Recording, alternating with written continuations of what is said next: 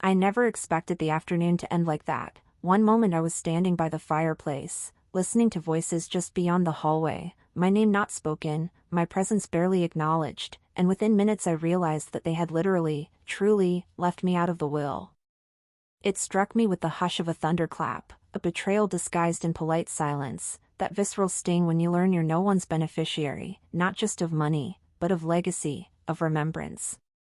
And I froze, heart pounding, palms suddenly damp, as if I'd been erased, absent not only from their plans, but from their memories altogether. They left me out of the will. Those 4 words reverberated like a hollow tolling bell in my chest, and I could feel the weight of each unspoken intention, each decision made behind closed doors with the soft click of pens and whispered reassurances in hushed tones, none of which included me.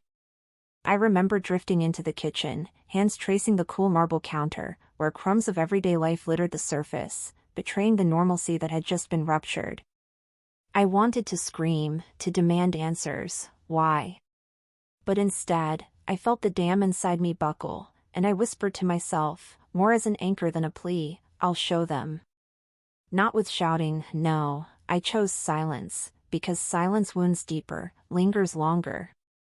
This is the story I'm telling you today, and if it resonates, if you feel that ache in your bones too, don't forget to hit like and subscribe, because sometimes the quietest stories, the most unexpected ones, deserve to be heard. As I stood there, that invite, a will that excluded me, felt like the final slap of a long series of rejections. All those birthdays I skipped, all the anniversaries where I sat at home, quietly aching for the laughter spilling from their living room. I realized that absence had been my shadow long before the will. But the decision to ghost me in death, that was final. And something snapped inside me. I would carry on as if nothing had happened, but inwardly, I would carry the power. In the days that followed, I asked questions with soft smiles and polite words. I sent flowers, I arranged for maintenance at the family plot, thinking they might have forgotten the dates. I paid for the funeral, yes, I paid, with a check written in ink as deliberate as my breathing. And I stayed quiet. But the quiet was mine.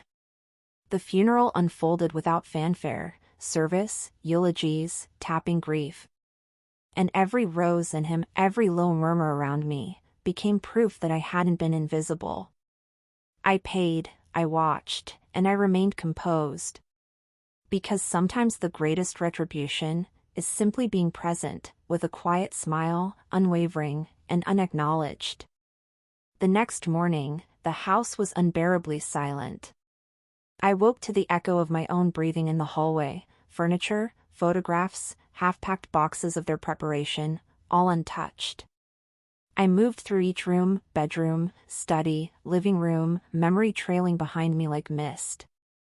I felt the absence like a tangible thread, tugging across the walls and pulling me backward to every moment I'd brushed past them, trying not to become burdensome, sidestepping family drama to keep the peace.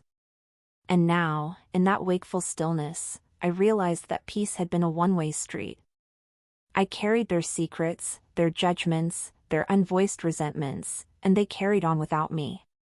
I sat at the dining table, where fine china still gleamed under the muted morning light, untouched from the night before, a silent testament to the life they expected to continue for them, but that had already shifted into a different orbit for me. I folded my hands, let my nails trace circles on the wood grain, and acknowledged the quiet ache that pulsed beneath calm. I thought of the funeral procession, the coach, the hush, the soft crack of heels on gravel, and how, as the casket lowered, I had understood in that instant that my role, once invisible, had become essential, even if unspoken, unpaid for in recognition. And paying had become my statement, not of bitterness, but of deliberate grace. I began to understand that vengeance, in its most potent form, doesn't need to roar. It can be a still river carving through stone, shaping the passage of time.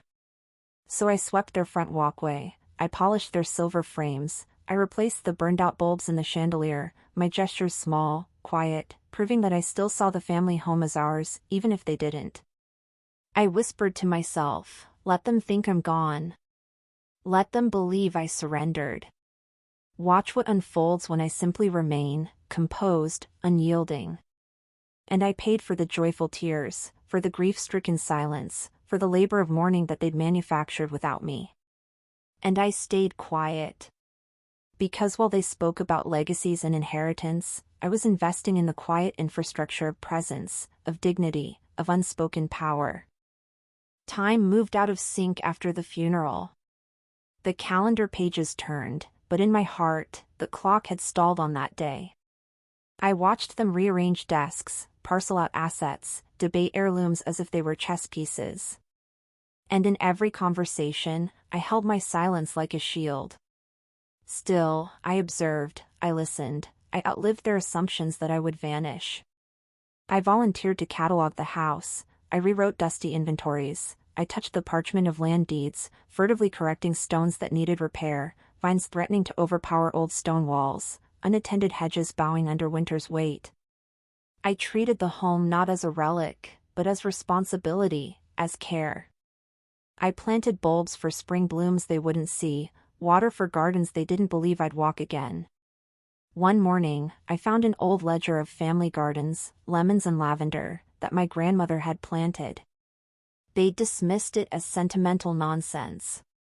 I revived it. I pressed the soil, I knelt with my hands dirt-stained and trembling, my damp apron against my jeans, and I whispered to the soil, silence grows roots too. I paid for new saplings, for compost, for the calm renewal of green life. I stayed quiet, but everywhere I stepped, evidence of life renewed followed quietly behind me. And at night, as I unfolded into sleep, I imagined them walking those gardens without me, inhaling lavender breezes they'd thought irrelevant, all while I remained silent, rooted, invisible but lingering. Then came the day they realized the will had been updated. Around a small mahogany desk in a lawyer's office, documents exchanged hands, papers stamped, anxious eyes glancing toward the door I wasn't in.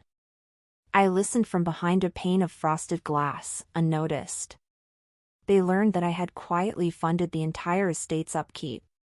I had smoothed repairs, prevented decay, averting collapse, all without fanfare. The realization landed on them like a grown-up letting go of a balloon, that moment when you realize the string was never yours, but someone taught you it was, until you let go. I hadn't bargained for recognition. I hadn't needed it. The irony settled deeper than any revenge could roar. Here is where the quiet turns into elegy, and perhaps, into victory.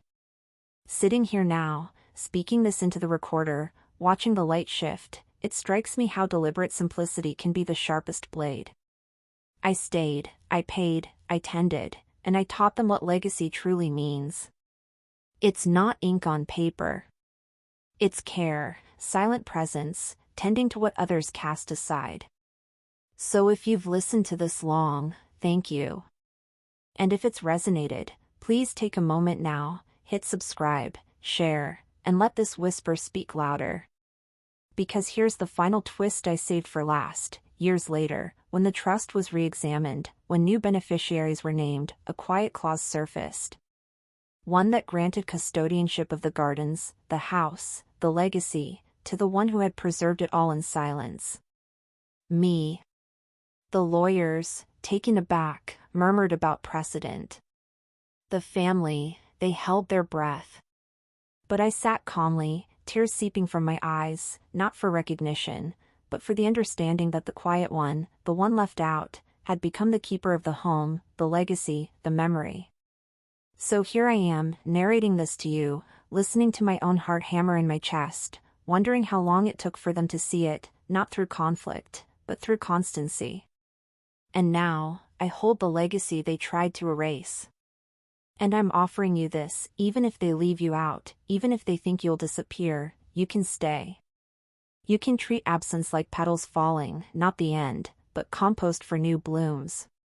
And you can let time show them how powerful silence can be.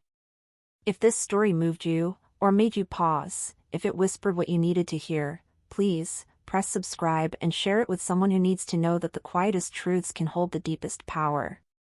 And remember, even in silence, you can tend, endure, and inherit, through grace, presence, and patience, the world you thought had left you behind.